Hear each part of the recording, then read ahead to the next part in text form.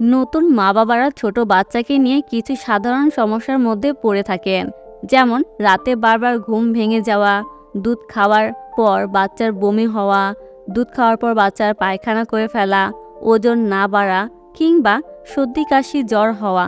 এই কারণে আজ আমি আপনাদের সঙ্গে কিছু সহজ টিপস শেয়ার করব, যেগুলোর মাধ্যমে নবজাতকের মানসিক ও শারীরিক বিকাশ খুব দ্রুত হবে।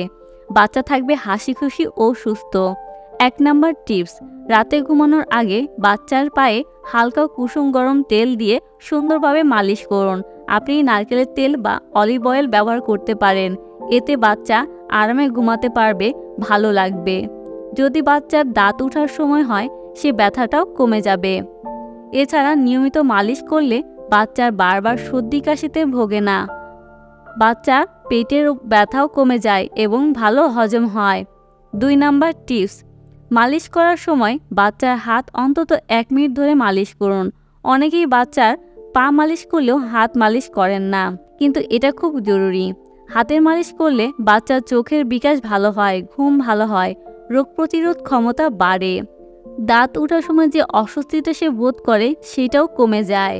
৩ নাম্বার টিপস, বাচ্চা ঠিকমতো দুধ পাচ্ছে কিনা সেটা নিয়মিত খেয়াল রাখুন, কারণ দুধই বাচ্চার মূল খাদ্য আর সেটার ওপর নির্ভর করে বাচ্চার বৃদ্ধি। দুধ ঠিকমতো পাচ্ছে কিনা কিভাবে বুঝবেন? ১. বাচ্চা দিনে ৭ থেকে ৮ বার প্রস্রাব করছে কিনা।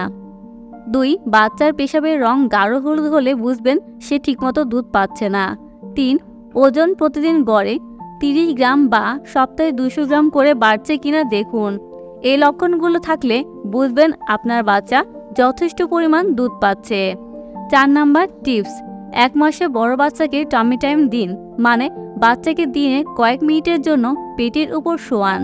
এতে বাচ্চার ঘাড় শক্ত হবে, সহজে বসতে শিখবে, পেটের গ্যাস কমে যাবে এবং পেটের সমস্যা হলে সেটাও দূর হয়ে যাবে। এগুলো ছিল নবজাতকের জন্য কয়েকটি গুরুত্বপূর্ণ টিপস। যদি ভিডিওটি ভালো লাগে তাহলে লাইক দিন আর কমেন্টে জানিয়ে দিন আপনার বাচ্চার বয়স কত। এমন আরও দরকারি ভিডিও পেতে পেজটি ফলো করতে ভুলবেন না।